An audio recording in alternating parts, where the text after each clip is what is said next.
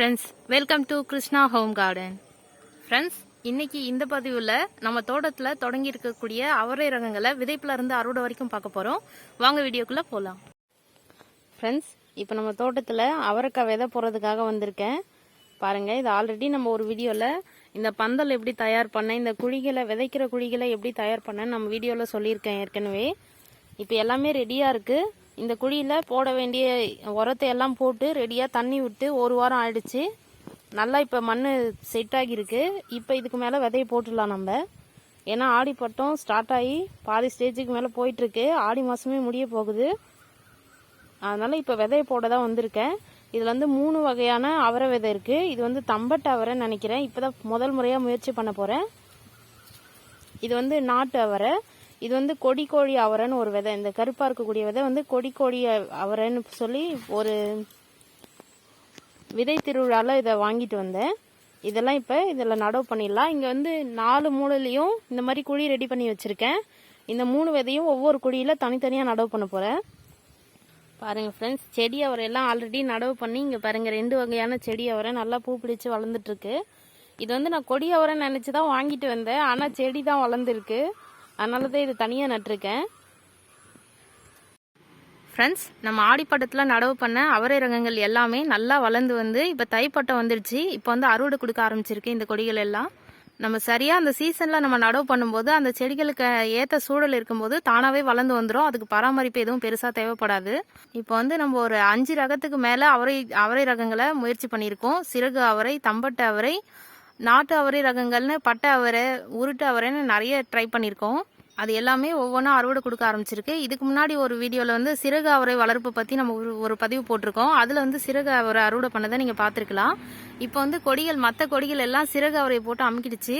அதனால இந்த அவரை ரகங்கள் எல்லாம் அறுவடை முடிஞ்சதுக்கு அப்புறம் தான் சிறகு அவரை வந்து நல்லா வரும்னு நினைக்கிறேன். அவரையில் வரக்கூடிய ஒரு முக்கியமான பிரச்சனை என்னன்னா அஸ்வினி பூச்சின்னு சொல்லுவாங்க. ஒரு ஈ மாதிரி இந்த பூக்களுக்கு மேலே நிறைய பூச்சிகள் உட்காந்துருக்கும் கொத்து கொத்தா. அந்த பூச்சியோட பிரச்சனை தான் இந்த அவரையில் அதிகமாக வரக்கூடியது. அதுக்கு நம்ம என்ன பண்ணலான்னா அவரை செடிகளுக்கு மேலே கொஞ்சம் சாம்பலை தூவிட்டாலே அந்த பிரச்சனை குறைஞ்சிரும். இன்னொரு முக்கியமான பிரச்சனை என்னன்னா பூக்கள் உதிர்வு பிரச்சனை. அது வந்து நம்ம நல்ல புளிச்ச மோரில் கொஞ்சம் பெருங்காயத்தூளை கலந்து நல்லா தண்ணியில் டைலூட் பண்ணி செடிகளுக்கு மேலே தெளிச்சு விட்டால் அந்த பிரச்சனையும் சரியாகிடும். மற்றபடி மண்ணில் ஈரம் காயும் போது தேவையான அளவு மட்டும் தண்ணி பாய்ச்சினா போதும். ரொம்ப அதிகமாக ஈரம் இருந்தாலும் செடிகளில் வந்து வேரல்கள் பிரச்சனை வந்துடும். அப்புறம் கொடி வீணாயிடும். மண்ணில் ஈரம் காயும் போது மட்டும் தண்ணி பாய்ச்சினா போதும். அடுத்த முக்கியமான விஷயம் என்னன்னா செடிகளுக்கு இந்த அவரை கொடிகளுக்கு பந்தல் ரொம்ப முக்கியம். அப்படி பந்தல் போட முடியலன்னா ஏதாவது ஒரு மரக்கிளையை நடவு பண்ணி அது மேலே ஏற்றி விடலாம். இல்லை ஏதாவது ஒரு மரத்துக்கு பக்கத்தில் நடவு பண்ணிங்கனாலும் அதில் ஏறிடும் கொடி.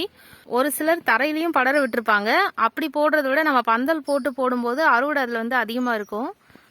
பந்தலில் இன்னொரு முக்கியமான விஷயம் என்னன்னா நம்ம நடவு பண்ணி செடிகள் வளர்ற வரைக்கும் பந்தல் நல்லா இருக்கும். அதுக்கப்புறம் பந்தலில் ஓவர் வெயிட்டாக இருந்தால் எல்லாம் குச்சியை நம்ம நடவு பண்ணியிருக்க கம்புகள் எல்லாம் கொஞ்சம் கொஞ்சமாக உடஞ்சி விழுந்துரும்.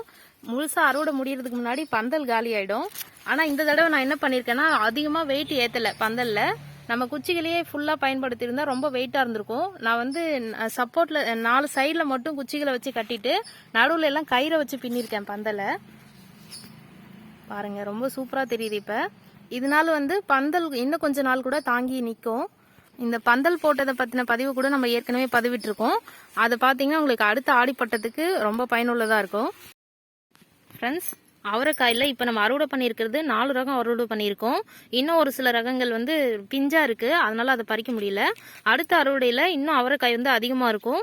ஏன்னா நம்ம ஆரம்ப கால அறுவடை தான் இது. இன்னும் கொஞ்ச நாள் போக போக அறுவடை வந்து அதிகமாகிட்டே போகும். ஓகே ஃப்ரெண்ட்ஸ், இந்த வீடியோவில் நம்ம தோட்டத்தில் தொடங்கின அவரைக்காய் ரகங்களை விதைப்புலேருந்து அறுவடை வரைக்கும் பார்த்துருக்கோம். இந்த பதிவு உங்களுக்கு ரொம்ப பயனுள்ளதாக இருந்திருக்கும்னு நினைக்கிறேன். Okay friends, thank you. Thanks for வாட்சிங்.